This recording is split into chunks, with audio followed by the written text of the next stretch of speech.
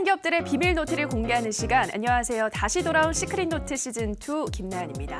각종 대내외 리스크로 시장이 흔들리는 요즘 어떤 기업에 투자를 해야 할까 고민이 많이 되시죠? 최고의 전문가가 선별한 핫한 기업들 소개해드리겠습니다. 자, 오늘도 본격적인 강의 앞서 시장부터 짚어보고 가겠습니다. 오늘 양시장 지수 모두 강보합권에서 마감이 됐습니다. 먼저 코스피 시장 외국인이 2천억 원 넘는 물량을 담아가면서 지수 반등을 이끌었는데요. 오늘 2272.76포인트에서 마감이 됐습니다. 하지만 업종별로는 하락 업종이 우세했고 건설, 비금속광물, 전기전자 등 일부 업종은 1%대 상승세 보여줬습니다. 특히 오늘 모처럼 SK하이닉스와 삼성전자 외국인의 저가 매수세가 유입이 되면서 3거래일 만에 반등에 성공했습니다. 한편 코스닥 시장 외국인과 기관의 동반 순매수 속에 상승했습니다. 795포인트에서 마감이 됐고요. 코스닥 시장에서는 상승 업종이 더 많았습니다. 특히 오늘 대북 관련주들이 올랐는데요. 미 폼페이오 국무장관이 이달 5일부터 7일까지 2박 3일간 평양을 방문해서 비핵화 협상 후속 조치 그리고 미군 유해 송환과 관련돼서 논의를 할 것으로 전해지면서 오늘 고려시멘트, 재룡산업 그리고 아난티 등이 올랐습니다. 한편 오늘 가상화폐 관련주들도 올랐습니다. 최근 급락세를 보이던 가상화폐 가격이 반등에 성공하면서 관련주들 옴니텔, 비덴트, 우리기술투자 등이 상승하면서 오늘 장 마쳤습니다. 자, 더욱더 자세한 시장 이야기는 오늘 마이스트로 박민혁 전문가와 함께합니다. 안녕하세요. 네, 안녕하세요. 네, 정말 오늘 오랜만에 또 다행히 강보합권에서 마감이 됐는데 어떻게 보셨나요? 네, 일단 코스닥은 사실 강보합이라기보다는 좀 올랐다라는 표현을 쓰는 게 좀 더 정확하지 않을까라는 생각이 됩니다. 0.7% 정도. 물론 이제 전일 하락을 메꾸기엔 턱없이 부족한 수준이었지만 충분히 시장이 앞으로 다시 반등할 수 있다는 어떤 가능성은 내비춰줬다. 이렇게 지금 판단이 되는데 일반적인 어떤 시장의 흐름, 수급의 흐름과는 굉장히 다른 양상으로 전개가 됐습니다. 보통 이 오늘 아마 처음부터 장 시작부터 끝날 때까지 하루 종일 시장을 보신 분들은 아마 잘 아시겠지만 강세로 출발을 했다가 플러스 1.5%까지 올라갔다가 마이너스 1.3%까지 밀려났다가 다시 플러스로 바뀌면서 이런 걸 갖다 흔한 말로 롤러코스터 장세라고 얘기를 하는데요. 위아래로 출렁임이 굉장히 심한 모습들이 고점권이 아니라 저점권에서 나타나다 보니까 추가 하락을 우려한 여기저기서 지금 코스닥이 700까지 간다 별의별 얘기들이 다 나오는 것 같은데 그런 불안한 감정을 느낀 투자자분들 같은 경우에는 떨어지는 장을 보면서 투매에 나서는 모습들도 감지가 됐습니다. 지수가 1% 이상 하락을 하는 와중에 개인이 매수가 아니라 오히려 매도를 찍고 있는 이런 이제 희한한 광경이 연출이 됐는데 약간 좀 격하게 직접적으로 표현하면은 저는 물갈이라는 표현만큼 정확한 게 없다고 생각이 됩니다. 지금의 어떤 하락, 그동안의 지수가 많이 빠졌고 종목들도 많이 저점권까지 내려왔는데 버티면 올라갈 수 있는 자리임에도 불구하고 심리가 흔들리기 때문에 이겨내지 못하고 매도한 투자자들이 그만큼 많았다는 얘기. 바꿔 말하면 이제 시장은 그만큼 이 본격적인 반등을 코앞에 두고 있는 상황이다. 이렇게 좀 말씀을 드릴 수가 있을 것 같은데 이 시장에서 수익을 보는 사람, 돈을 버는 사람과 돈을 잃는 사람은 두 가지에서 극명하게 갈리게 됩니다. 보통 수익을 내는 사람들은 이렇게 주식에서 발을 빼는 시기가 지수가 올랐을 때 발을 빼고요. 손실을 보는 사람들은 주가가 지금처럼 빠졌을 때 시장에서 발을 빼게 된다는 거죠. 그래서 당장의 어떤 급반등이 아니라고 하더라도 분명히 저점이고 또 어제 제가 강의를 통해서 계속해서 30분 넘게 말씀을 드리지 않았습니까? 우리가 흔히 알고 있는 시장의 악재들은 지금 현재까지 주가 하락에 대부분 다 반영이 된 상태이기 때문에 향후 주가 전망에 대해서도 너무 비관적인 어떤 태도는 약간 좀 피해야겠다. 이렇게 정리를 해드리고 싶습니다. 네, 롤러코스터 속 물갈이 장세가 연출이 됐다 말씀을 하셨습니다. 요즘 시장 본격적인 반등을 코앞에 두고 있기 때문에 우리 투자자분들이 버티셔야 한다라는 말씀 해주셨습니다. 자, 그럼 오늘 같은 장에서는 과연 어떤 종목이 급등세를 보였을지 검색기를 통해서 확인해 보도록 하겠습니다. 자, 첫 번째 종목으로는요, 광전자 확인하겠습니다. 이 종목은 광센서와 LED 등을 주력으로 생산하는 반도체 소자 제조 업체인데요. 최근 줄고 떨어지다가 오랜만에 급등세가 나왔습니다. 있습니다. 종관이 이 종목 기술적 반등으로 봐야 할까요? 네, 뭐 최근에 이제 이런 패턴의 급등 종목들이 굉장히 많이 나오고 있습니다. 그러니까 분명히 모멘텀을 가지고 있음에도 불구하고 시장에 수급이 몰리지 않았기 때문에 상승할 수 없었던 종목들이 과도한 하락을 보인 이후에 그간의 하락을 단번에 메꿔버리는 이런 형태로서 전개가 된다. 자, 시장이 하락을 하면 이런 얘기가 나와요. 일단은 급락장이기 때문에 발을 빼놓고 일단 현금화를 해놓고 지켜보자. 이런 얘기들을 많이 하는데 오늘 광전자 같은 경우를 보면은 그런 전략이 결코 좋은 방법이 아니다라는 것을 좀 깨달을 수 있지 않을까 생각이 드는데 차트 보면서 말씀을 좀 드려보겠습니다. 최근 이 종목 오늘 상승 17.7% 상승을 하고 장중한테 20% 이상 25% 넘게까지 오늘 좀 급등이 나와주면서 지금 검색시계 포착이 되면서 이렇게 좀 수익을 볼 수 있었던 그런 종목이었는데 최근에 보시면 이 종목 같은 경우에는 최근 2주 동안 계속해서 떨어지기만 했어요. 시장에서 제대로 된 어떤 매수세라든가 양호한 주가 흐름을 전혀 보여주지를 못하다가 갑자기 수급이 들어오면서 갑자기 상승이 나왔다는 겁니다.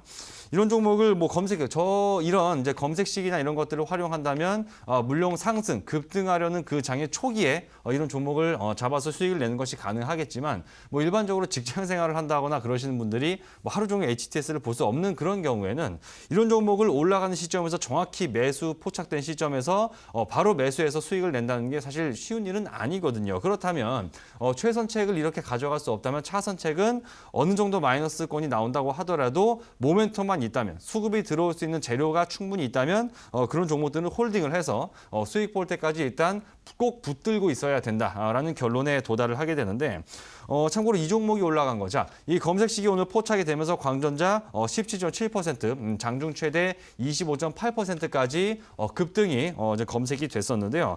이 종목이 단순히 올라갔다는 것을 올랐다뿐만이 아니라 이 회사가 무슨 회사길래 뭐 하는 회사길래 왜 갑자기 급등이 나올 조짐을 보이면서 검색시기에 포착이 되었는가 그 이유를 따져보는 게 더 중요하다고 생각이 되는데 이 종목은 그 아까 이제 앞서 앵커님께서 설명하셨지만은 이 뭐 차량용 반도체라든가 이쪽과 관련된 기업입니다. 자율주행 우리가 커넥티드카라고 얘기를 하는데 자율주행과 관련된 모멘텀으로서 오늘 급등한 것이 뭐 이제 직접적인 원인이 됐다고 볼 수가 있겠는데.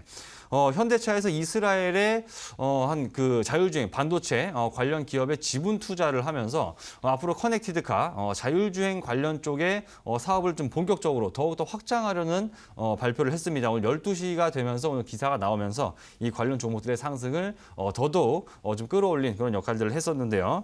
이따가 제가 강의 시간에 따로 말씀을 드릴 거지만 지금 자동차 관련한 종목들의 분위기가 심상치가 않습니다. 이런 폼페이오의 어떤 북한 방문으로 인해서 남북경협주가 일시적으로 반등했지만 제가 이 방송국 와서 방송하면서 최근 한 2, 3주 동안 계속 말씀드린 것이 잠깐 올라갈 때마다 그게 오래 안 갑니다. 계속 하락 추세로 가고 있기 때문에 이 남북경협주를 대체할 수 있을 만큼의 시장 주도 업종으로 떠오를 수 있는 이 자동차나 다른 기타 관련 업종 관심을 분명히 가지고 가야 될 텐데 그 부분에 대해서는 제가 자동차 쪽과 관련해서는요 뒷부분에 마련된 강의를 통해서 상세하게 내용을 준비했으니까 뒤에 가서 추가적으로 더 이야기를 드리도록 하겠습니다.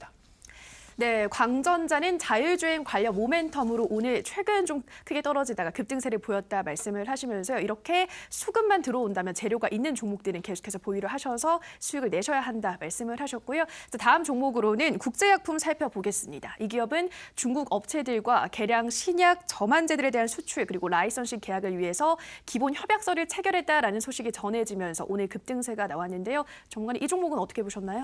네, 역시 뭐 모멘텀에 대해서는 이렇게 앞에서 다 얘기를 해버리셔. 제가 얘기할 게 별로 없는데 일단은 뭐 뻔한 얘기죠. 이 제약주는 아무래도 향후 뭐 기술 수출이라든가 아니면 다른 나라를 통해서 어떤 판로를 뚫어서 수출의 어떤 물량이 증가할 수 있다는 그런 기대감이 불거지면 당연히 뭐 주가는 올라갈 수밖에 없는 겁니다. 근데 우리가 주식을 볼 때 이런 것들 많으시죠. 분명 이 회사는 올라갈 수밖에 없는 이유가 있는데 가지 못하는 이유 이런 종목들이 굉장히 많이 있는데. 우리가 그 수사를 하면서 그냥 용의자를 잡아다가 옥에다가 감옥에다가 넣으려고 할 때 저거 깜빵이라고 하니까 자꾸 지금 말이 안 되네요. 하여튼 넣으려고 할 때 어쨌든 증거를 확보를 해야 됩니다. 근데 증거라고 하는 것은 얘가 범인일 것 같은데라고 생각하는 심증이라는 게 있고요. 그 사람이 범인임을 증명할 수 있는 이 정확한 눈에 보이는 증거, 물증이라는 것이 동시에 필요한 건데, 그러니까 이런 국제학품 같은 경우가 딱 그런 케이스죠. 이전까지 뭐 차트나 이런 거를 통해서 보면은 분명히 반등이 임박한 어떤 자리나 이런 것들이 됐다라는 부분들, 그리고 이런 이제 이 아까 나온 모멘텀, 새로 나온 모멘텀들이 있었죠. 중국과 대만으로 새로 수출길이 추가적으로 더 열릴 수 있다라는 그런 기대감들. 그래서 모멘텀이 있어도 주가가 가지 못했던 것들이 어떤 차트상의 어떤 기술적인 자리와 결합이 되면서 결국 물증까지 오늘 확보가 되면서 급등으로 연결되면서 16% 수익으로 마감이 됐다. 이렇게 좀 설명을 드릴 수가 있겠는데, 이 종목 같은 경우에는요. 이거 차트를 좀 보면서 말씀을 드리면 지금 과거부터 제가 늘상 이 방송 오기 전부터 쭉 말씀을 드려왔던 것이 이 전고점이나 전저점이라고 하는 차트상의 자리들은 이 분명 시장에서 투자자들 사이에서 굉장히 큰 의미를 부여한다고 제가 말씀을 드려왔습니다.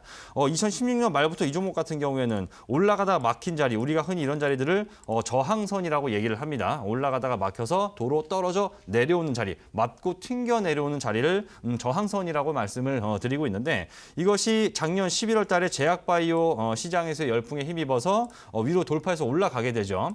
주가가 8,000원 넘어까지 갔다가 지금 이 급등이 나온 자리는 공교롭게도 딱 이 고점 대비해서 정확하게 주가가 약 반토막난 이런 자리. 그러니까 주가가 반토막이 났다는 얘기는 그만큼 기존에 어떤 과하게 올랐던 부분들, 과열됐던 부분들이 충분히 다 식었다는 얘기로서 우리가 해석을 할 수가 있고요. 한 가지 더 중요한 거는 제가 말씀드렸던 이 검은 색깔 줄로 쭉 이어진 이런 자리가 이런 의미 있는 구간에서 주가 시장의 영향에 의해서 이틀 정도 추가로 잠시 더 하락이 진행이 됐지만, 오늘 이게 검색식에 포착이 되면서 결국 다시 한번 급등하면서 역시 장중에 마찬가지로 상한가까지 갔다가 상한가를 좀 반납하면서 내려오면서 마무리가 됐는데, 오랜만에 이렇게 거래량이 붙으면서 수급이 붙어주고 시세도 나와줬기 때문에 다시 한번 상승 파동이 이어질 수 있다. 그래서 이 오늘 조건 검색식을 통해서, 검색기를 통해서 이런 상승 초기 부분을 정확하게 짚을 수 있었다. 이런 말씀을 좀 드리면서 시장에서 이런 종목들이 굉장히 많이 있습니다. 제가 어제 오늘 이틀 연속으로 말씀드리는 검색식에서 포착이 되고 있는 이런 종목들이 다 보면 이렇게 똑같이 크게 떨어지다가 바닥에서 급격하게 되돌려 올려주는 이런 종목들이 계속해서 포착이 되고 있기 때문에 앞으로 이런 종목에 대해서도 추가적으로 좀 이렇게 미리 언지를 드릴 게 있다거나 아니면은 어떤 매매 기법이라는 부분들에 의해서 우리 시청자분들한테 설명을 드릴 내용이 있으면 제가 강의를 통해서 더욱더 자세한 얘기를 진행해 드리도록 하겠습니다. 네, 국제약품은 새로운 수출길이 열렸다는 모멘텀과도 차트의 구간까지 맞아 떨어지면서 상승 파동이 나왔다 말씀을 하셨는데요. 이렇게 과대 낙폭주를 주목을 하시라 말씀하셨습니다. 자, 마지막 종목으로는 비덴트 살펴보겠습니다. 앞서 시장을 정리하면서 말씀을 드렸죠. 오늘 가상화폐 관련주들 상승세가 나왔는데요. 이 종목 오늘 20% 넘게 올랐습니다. 중간에 요즘 사실 가상화폐 관련주들 힘을 별로 못 내고 있었잖아요. 어떻게 보셨나요? 사실은 우리가 주식을 매수한다면 그동안에 계속 힘을 내고 있으면서 주가가 올라가는 그런 종목들이 아니라 오히려 힘이 빠져서 주가가 좀 약세를 보이다가 바닥권에서부터 강력한 상승 모멘텀에 힘입어서, 그리고 이 수급 모멘텀에 힘입어서 올라갈 수 있는 그런 종목을 잡는 것이 가장 편안하게 수익을 낼 수 있는 방법이라고 생각을 합니다. 가상화폐는 사실 제가 지금뿐만이 아니라 이전에 4월에 당시에 이 데일리 블록체인이나 이런 종목들 말씀을 드리면서 실제로 시청자분들한테 많은 수익을 안겨드렸던 종목 업종이기도 합니다. 가상화폐가. 그리고 나서 2달 정도 시장에서 제대로 된 힘을 보여주지 못하고 있다가 오늘 좀 급등을 했는데 여러 가지 호재들이 복합적으로 나왔습니다. 일단 가상화폐 시세가 직접적으로 먼저 오르기도 했고요.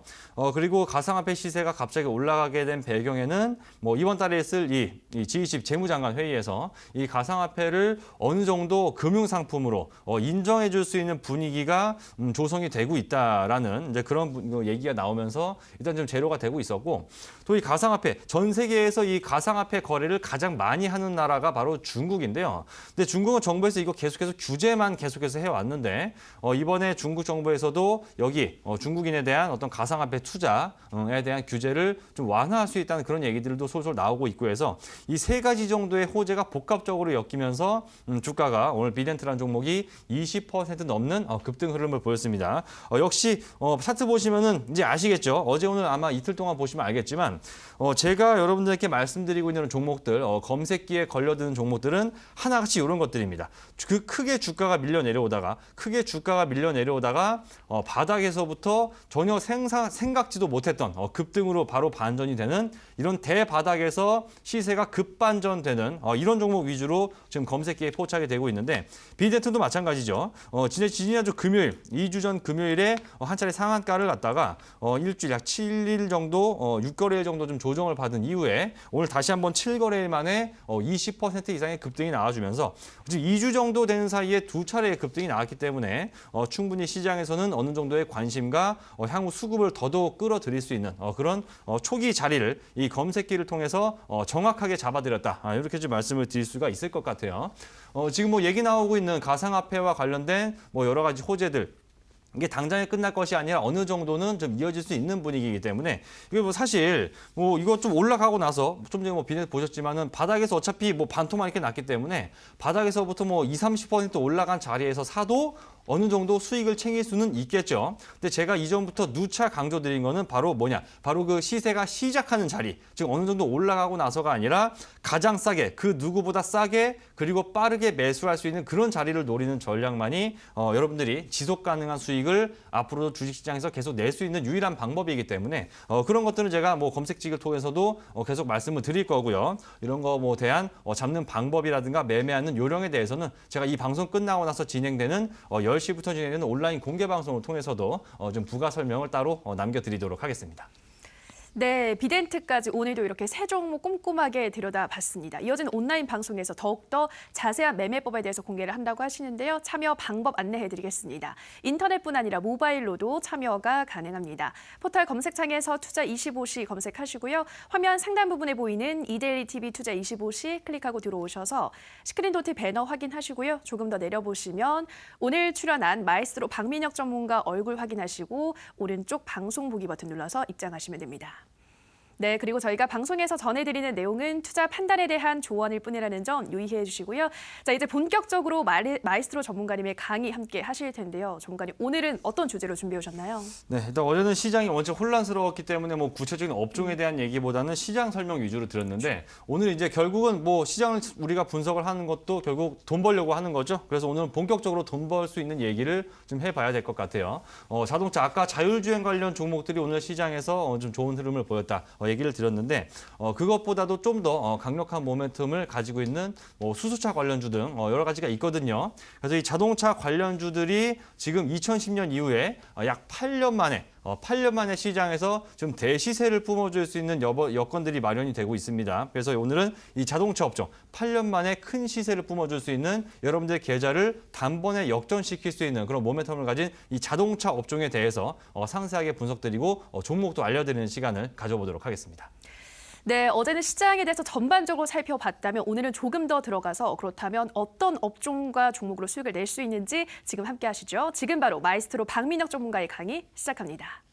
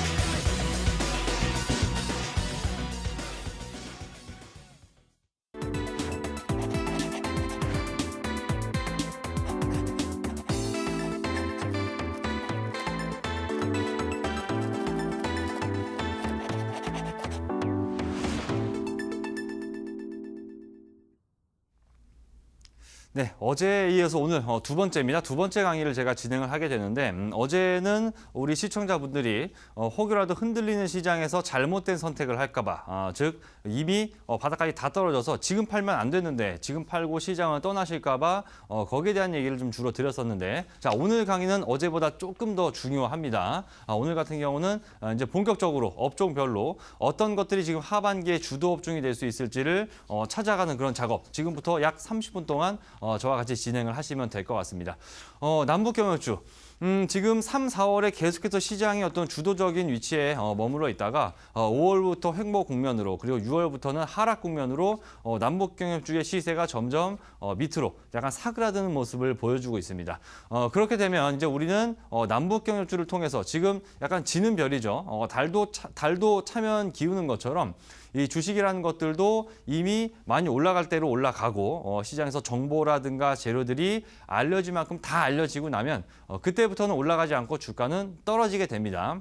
어떤 단기적으로 좋은 뉴스가 나온다고 하더라도 기존에 갖고 있던 사람들이 차익 실현의 기회로 삼을 뿐이지 새로 다시 한번 대시세를 뿜어주는 일은 이제 좀 보기 어렵다는 얘기가 되겠죠.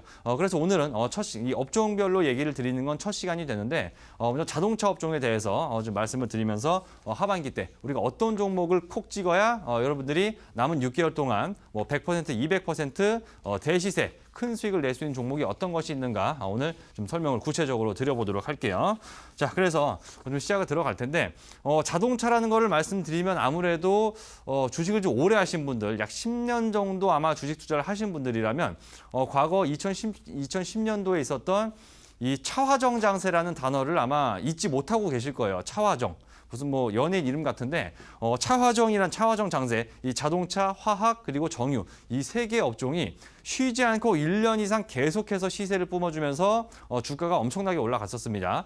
차트를 먼저 첫 번째 주면 차트를 보시면 당시에 얼마나 시세가 좀 많이 올랐었냐면요. 자, 보시면 이 저점 바로 이 현대차 차트입니다. 현대차 같은 경우에 지금 이 금융위기 리먼 사태 이후에 바닥까지 떨어졌던 주가가 3만 원대에서 무려 25만 원대까지 주가가 7배 넘게 상승을 하면서 상승률을 치면 662%죠. 662%나 상승을 하면서 이 차화정 장세의 어떤 대표 주자로서 현대차 당시 어마어마한 급등을 보였습니다.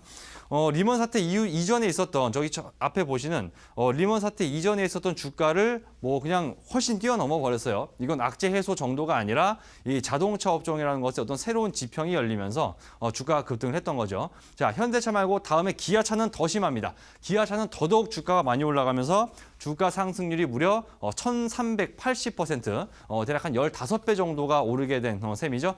기아차 15배 정도 주가가 올라가면서 이때는 올라가는 종목을 따라 사도 저 밑에서부터 여기까지 올라가는 걸 따라 사도 충분히 수익을 볼 수 있었던 만큼 이 장기간의 상승을 보였던 그런 시기였는데 저 당시에 자동차 업종이 우리 시장에서 급등할 수 있었던 이유는 지금과 약간 다릅니다.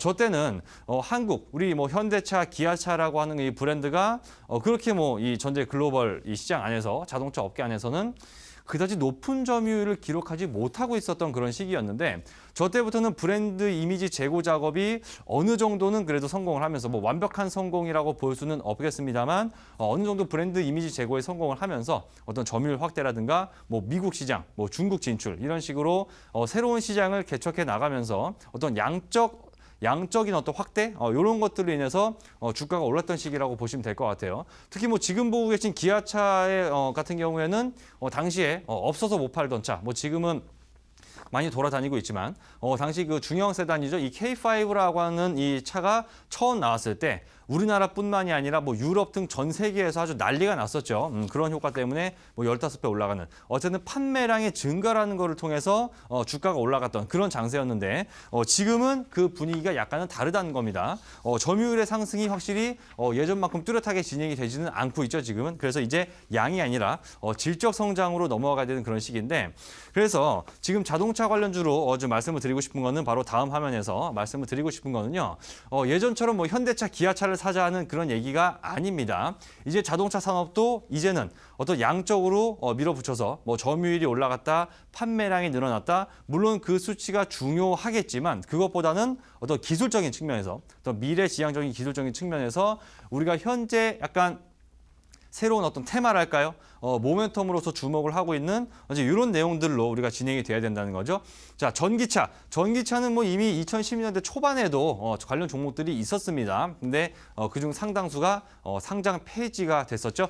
당시에는 그냥 단순하게 기대감만 머물러 있었고 실제 실적으로 연결될 수 있는 가능성이 당시로선 굉장히 낮았기 때문에 그때는 뭐 테마로서만 머물렀지만 뭐 지금 전기차는 실제로 길거리에도 많이 돌아다니고 있습니다. 많이 뭐 상용화가 됐고 하다 보니까 전기차는 이제 어느 정도 우리가 익히 알 수 있는 영역대까지 올라온 부분인데 지금 이 수소차 오늘 제가 좀 집중적으로 말씀드리고 싶은 게 바로 이 수소자동차 관련입니다. 전기차는 뭐 깨끗하다고 하는데 사실 전기차 자체는 뭐 그렇게 이 공해 물질을 매연을 뿜어내지는 않지만 아직까지 우리나라에서는 이 전기를 만드는 과정에서는 화력 발전의 비중이 여전히 높고요. 그리고 원자력 발전의 비중도 높죠. 그래서 전기를 이용해서 달리는 자동차 자체는 깨끗하지만 전기를 만드는 과정은 아직은 깨끗하지가 못하다. 뭐 이런 얘기들에 좀 휩싸여 있기도 합니다. 하지만 수소차는 약간 예외입니다. 수소차는 뭐 아시다시피 수소라는 물질 아직까지 뭐 석유 쪽에서 많이 뽑아내고 있지만 만약에 물을 전기 분해해서 수소를 얻는 것이 어느 정도 본격적인 상용화가 이루어졌을 때는 이 수소를 만드는 과정에서는 절대로 공해 물질을 배출할 이유가 없게 되겠죠. 그래서 지금 시장은 이미 상용화된, 그러니까 꿈이 현실로 어느 정도 된 전기차보다 아직 크게 꿈꿀 수 있는 수소차 쪽으로 더 많은 모멘텀이 부여가 되고 있다. 이렇게 좀 판단을 하시면 될 것 같아요. 뭐 자세한 설명은 뒤에 가서 따로 드릴 거고요. 또 자동차 관련주 중에서도 새로 또 좀 부각이 되고 있는 것은 바로 이 자율주행이죠. 어떤 사람이 어떤 손을 덜 쓰고 어떤 피로도를 낮추면서 좀 나중에 최종적으로는 차가 알아서 굴러갈 수 있는, 알아서 운행이 될 수 있는 그런 영역까지도 지금 노리고 있는 바로 자율주행 커넥티드 카라고 얘기를 하는데요.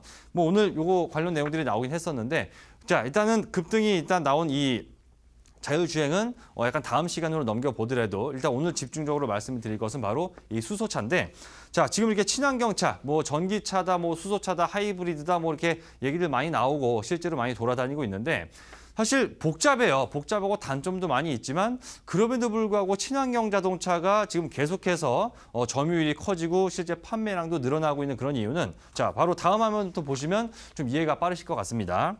이 얘기를 하려면 일단 중국으로 잠깐 좀 넘어가야 될 것 같은데 지금 보고 계신 화면이 뭐냐면 밤인 걸 보니까는 뭐 출근길은 아니에요. 밤인 걸 보니까는 어딘가 좀 퇴근길인 것 같습니다. 그리고 지금 여기 오른쪽 차선은 빨간불이 쭉 들어와 있는 거 보니까 저거는 이제 그 차의 뒷부분이 모여 있는 부분이고 또 좌측은 하얗고 이렇게 또 라이트가 들어온 게 앞부분이고 딱 봐도 뭔가 고속도로 같은 그런 느낌을 받고 있는데 저 한밤중에 저 깜깜한 한밤중에도 저렇게 차가 잔뜩 밀려있다? 예, 바로 중국입니다.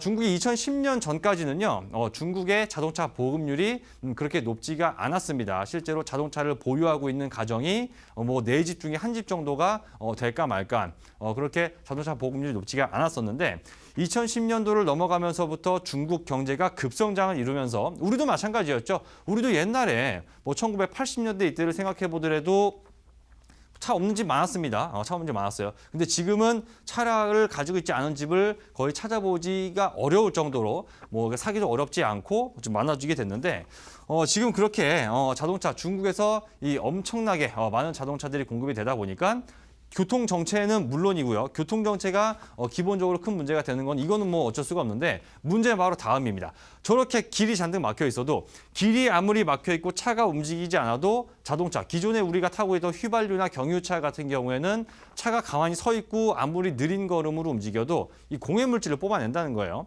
그래서 뭐 북경이라든가 상해라든가 이런 인구가 밀집한 중국 지역 같은 경우에는 뭐 거의 진짜 사람이 숨을 쉴 수 없을 만큼의 이런 심각한 어떤 매연에 시달리는 일을 굉장히 많이 겪고 있습니다.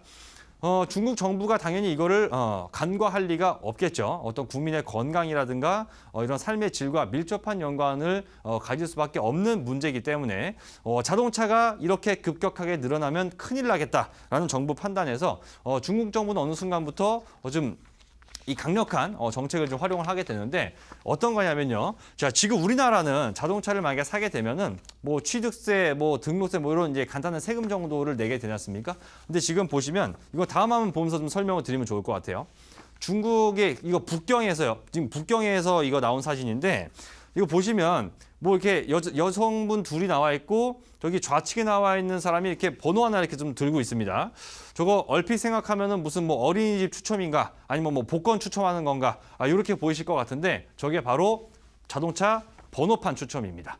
우리는 차를 사고 싶으면 그냥 사서 뭐 이게 나오는 일정대로 그냥 받아서 타면 됩니다. 근데 중국 같은 경우에는요, 저 자동차 번호판을 받아야 되는데 첫 번째, 자동차 번호판, 기존 가솔린이나 경유차 같은 경우 자동차 번호판을 받기 위해서는요, 우리나라 돈으로 약 1,600만 원 정도의 돈을 추가로 더 내야 됩니다.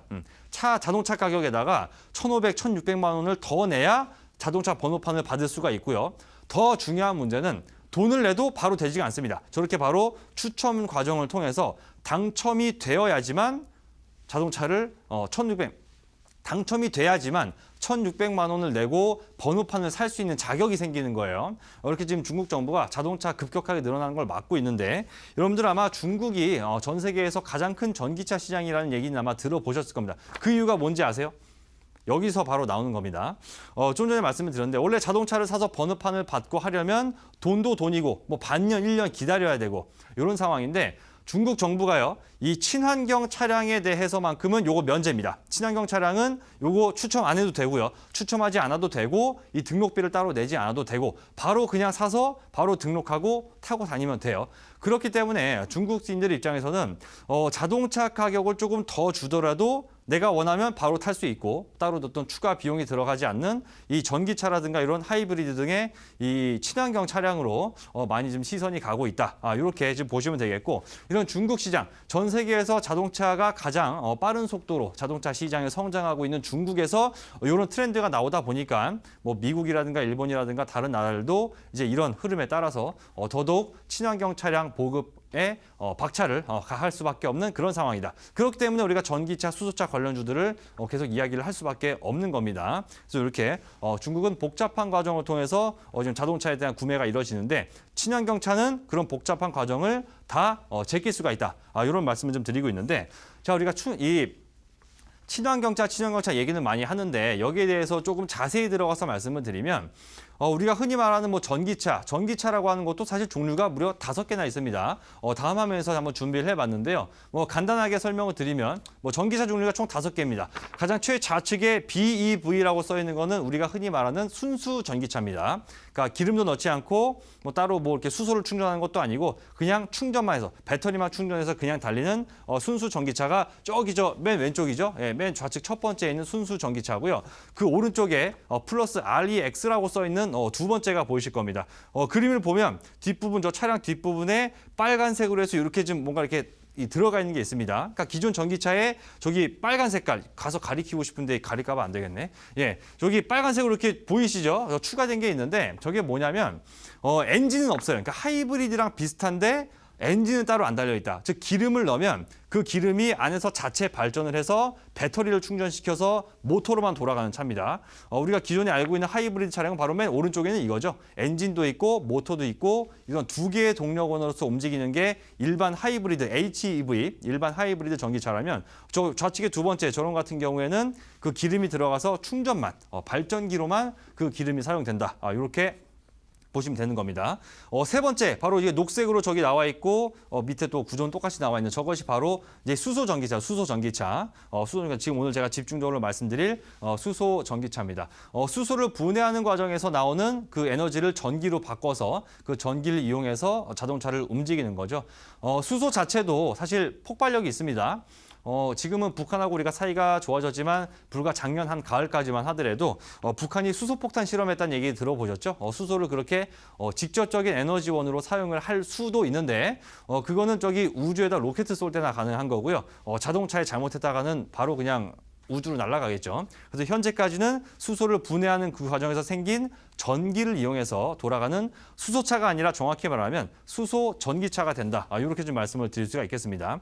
그리고 이게 좌측 네 번째, 여기 보이는 네 번째로 보이는 저 PHEV 아마 저것도 많이 보셨을 겁니다. 이제 플러그인 하이브리드라고 해서 기존에 어떤 기름도 넣을 수 있고 충전도 할 수 있고 두 개를 동시에 할 수 있는 자동차. 여기 총 전기차, 총 친환경 차량이라고 할 수 있는 게 5개가 있는데 오늘 제가 말씀드린 이 세 번째 수소차라고 하는 것은 뭐 충전도 빠르고 여러 가지 뭐 장점들이 있죠. 전기차는 그 충전하면은 한 20-30분 기본 잡아야 됩니다.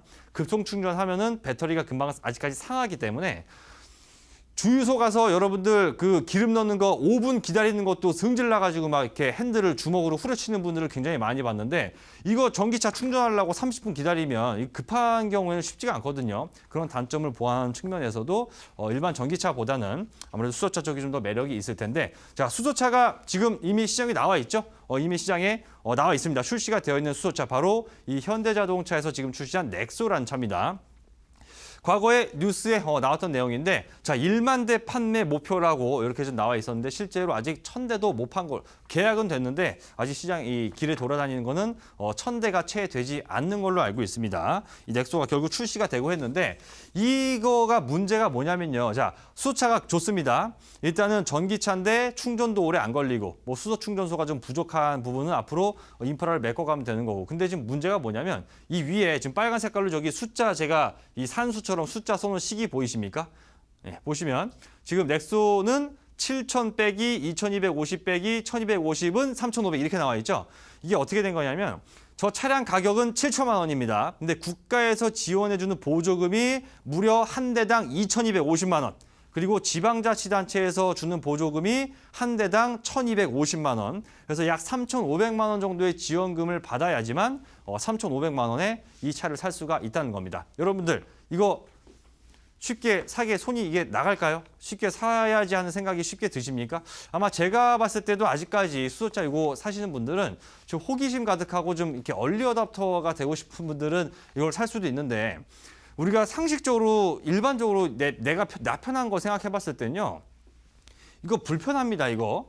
이렇게 지원금을 잔뜩 받아야지만 3천만 원 중반대 살 수 있는데 이 정도 가격이면은 시중에 팔고 있는 일반 이 가솔린 이 중형차 내지는 이 준대형차까지도 살 수는 있는 돈이거든요. 그래서 아직까지 뭐 수요나 이런 것들이 지금 제대로 붙어주질 않고 있는 그런 모습인데 그래서 이 수소차의 결정적인 단점은 지금 현재로서는 차 가격이 너무 비싸다. 차 가격이 비싸기 때문에 이렇게 중간에 2,250만 원 정부 보조금, 1,250만 원 지방자치단체 보조금. 저 보조금이 만약에 지급이 안 되게 된다면 저거를 7천만 원 주고 살 바에 차라리 외제차를 사버린다. 이런 생각을 하실 분이 굉장히 많아진다는 얘기죠. 실제로 그런 우려 때문에 수소차 관련주들이 얼마 전에 급락을 했던 적이 한번 있었습니다. 바로 다음에 보시는 뉴스 화면인데요. 바로 이 얘기가 지난 4월에 나왔을 때, 한번 크게 출렁인 적이 있었죠. 여기 제목을 제가 읽어드리면, 자, 수소차 보조금 추가 경정에서 무산됐다는 겁니다. 즉, 이 수소차 쪽으로도 보조금 예산을 더 지급을 해줘야만 사람들이 이 수소차를 살 텐데 그냥 사면 비싸니까. 근데 이게 안 되겠다. 그래서 넥소, 아까 좀 전에 보셨죠? 계약한 사람들이 보조금 지급이 안 되니까는 못 사잖아요. 여러분들 보조금 준다 그래가지고 3,500만 원에 살 수 있다 그래서 이 계약서 쓰고 왔는데 갑자기 전화 와가지고 저 고객님 죄송한데 보조금이 안 나온다는데 7천만 원에 사실 생각 있으세요 하면은 여러분들 살 겁니까? 안 사죠. 그래서 그 사단이 나니까 당시에 이 수소차 뭐 이 판매 어떻게 저 당시까지 판 것도 여기 보시면 밑에 지금 글씨가 조그맣게 나와 있는데 지금 이게 보조금 지급을 시작하고 나서 반년도 안 돼서 저 예산이 다 동나버렸습니다. 동나버렸고 지금 이 한 해, 그러니까 정부 보조금으로 줄 수 있는 게 240대밖에 안 됩니다. 아까 뭐 목표가 1만 대 판매 목표라고 했는데 240대 파니까 예산이 떨어진 거예요. 그래서 이게 안 됐던 겁니다. 그래서 더 이거를 사게 하려면 예산을 더 정부에서 투입을 시켜야 되는데 그걸 안 한다 그러니까 이게 또 당연히 관련주들한테도 악재로 작용이 될 수밖에 없었겠죠. 바로 다음 화면에서 보시는 이 종목 바로 티가 납니다. 바로 일진다이아라고 하는 이 수소차 관련주, 수소차에 들어가는 핵심 소재를 공급하고 있는 이 일진다이아라는 회사인데 그 소식이 들리니까 이 동그라미 친 부분이 바로 4월 이후의 주가 흐름입니다.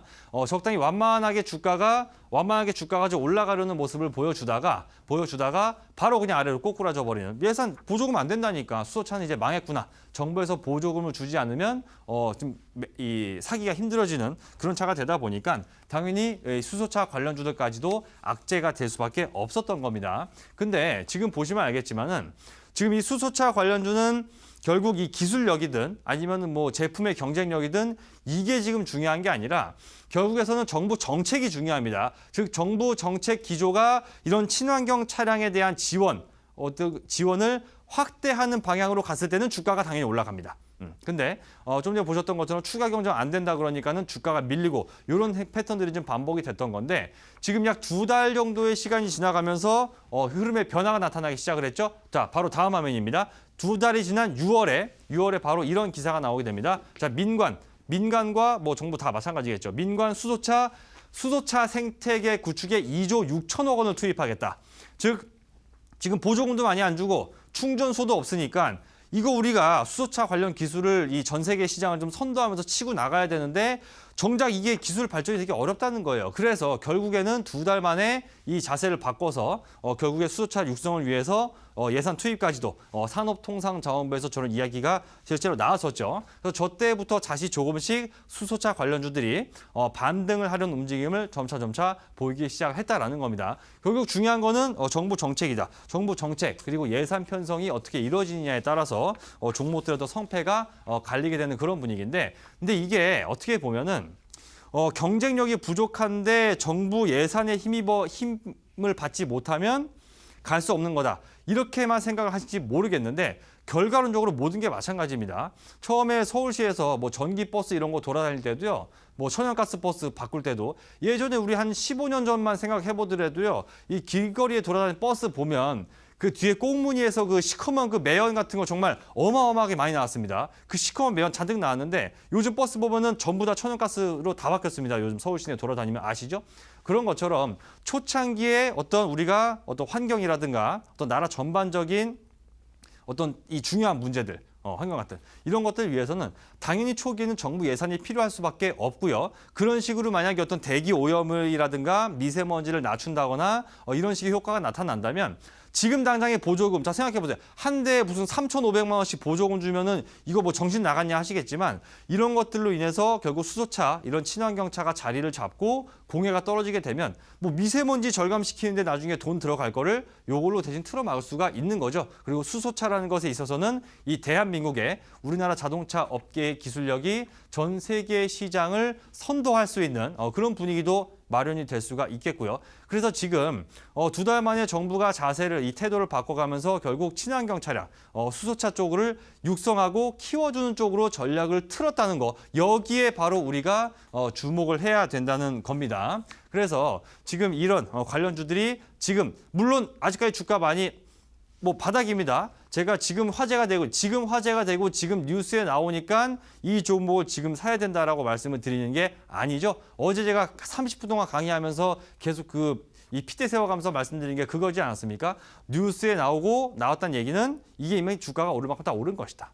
그래서 우리는 주가가 좋고 업종이 잘 나간다 이런 뉴스에 집중을 할 것이 아니라 괜찮은 어떤 모멘텀 지금 보시는 것과 같은 이런 괜찮은 모멘텀이 있음에도 불구하고 주가가 저점에서 크게 올라가지 않은 그런 종목들을 지금 잡아야 된다. 그것은 바로 정책 수혜주라는 것까지 맞물린 지금 수소차 관련주들이 지금 그런 좋은 자리들, 좋은 위치들에 머물러 있다는 것을 다시 한번 좀 강조를 드리고 싶습니다. 그래서 좀 말씀을 드린 게 다음 화면인데 수소차 관련주가 그냥 뭉뚱그려서 하나만 덩그러니 있는 건 아니고요. 분류가 여러 개 있습니다. 수소차 부품, 당연히 수소차에 들어가는 부품을 예를 들어서 공급을 하고 있었다거나 아니면 앞으로 공급 확대가 예상되는 그런 기업들이 있겠죠.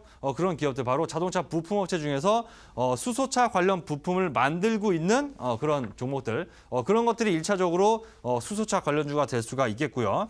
두 번째는 바로 충전소입니다.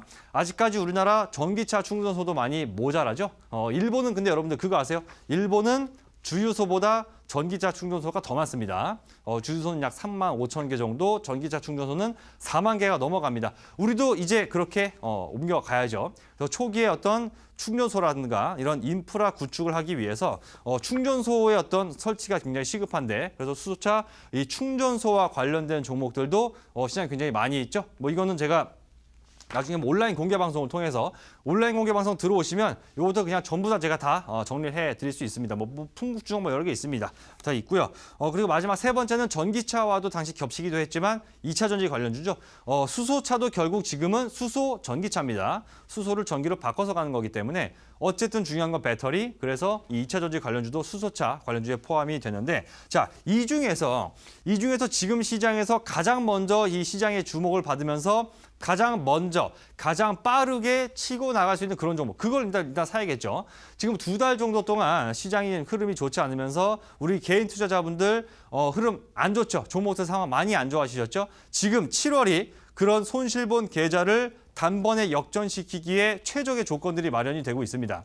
게다가 지금 수소차 같은 경우에는 지금 정책 효과라는 것도 분명히 맞물려 있기 때문에 이 초반에 정부가 밀어주는 것만큼 강력한 테마가 세상 천지에 어디 있습니까? 그래서 수소차는 그렇기 때문에 반드시 봐야 되는 거고요.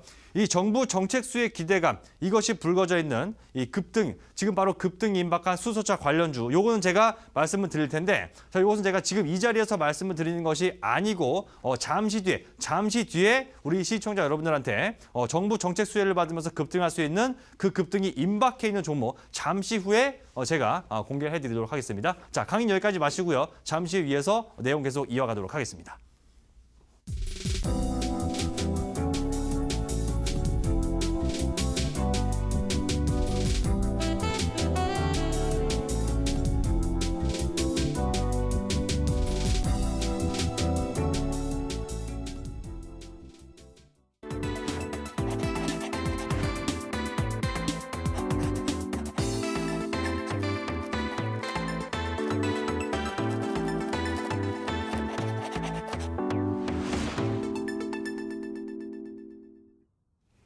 네, 마에스트로 전문가님의 자동차에 관련한 강의 함께 하셨습니다. 그중에서도 수소차 주목을 하셔야 한다 말씀을 하셨는데요. 전문가님 이어지는 방송에서 수소차 관련주들 소개하시는 거죠? 네, 일단 오늘 시장에서 위아래로 출렁임이 좀 심한 과정에서 확신이 없는, 그러니까 앞으로 지수가 올라갈 거라고 기대하지 못하는 그런 개인 투자자들의 자금이 상당 부분 빠져나가는 것이 감지가 됐습니다. 이제 진짜 올라갈 종목만 남았고요. 지금 우리가 지수가 빠지게 되면 과거에 그런 얘기들 많았죠. 이 지수가 하락할 때 연기금이 나서야 된다. 연기금이 나서서 지수를 방어해야 된다. 이런 얘기들이 많이 나왔었는데 저는 이런 이제 각종 산업이라든가 이런 것도 기술도 마찬가지라고 생각이 됩니다. 지금 이 정부가 다시 수소차 쪽으로 예산을 추가로 진행을 시키고 좀 육성하려는 정책으로 바꾼 것은 결국 우리나라 수소차 관련 기술이 전 세계를 선도할 수 있는 그런 입지를 점하기 위해서 먼저 진행이 되는 거다라고 좀 생각이 들어요. 그래서 그 어떤 것보다, 그 어떤 테마보다, 그 어떤 단기 모멘텀보다 가장 강력한 것은 바로 정부 정책입니다. 정부 정책 수혜지에 힘입어서 바로 급등할 수 있는 수소차 관련주 잠시 온라인 공개 방송에서 자세하게 소개를 시켜드리도록 하겠습니다.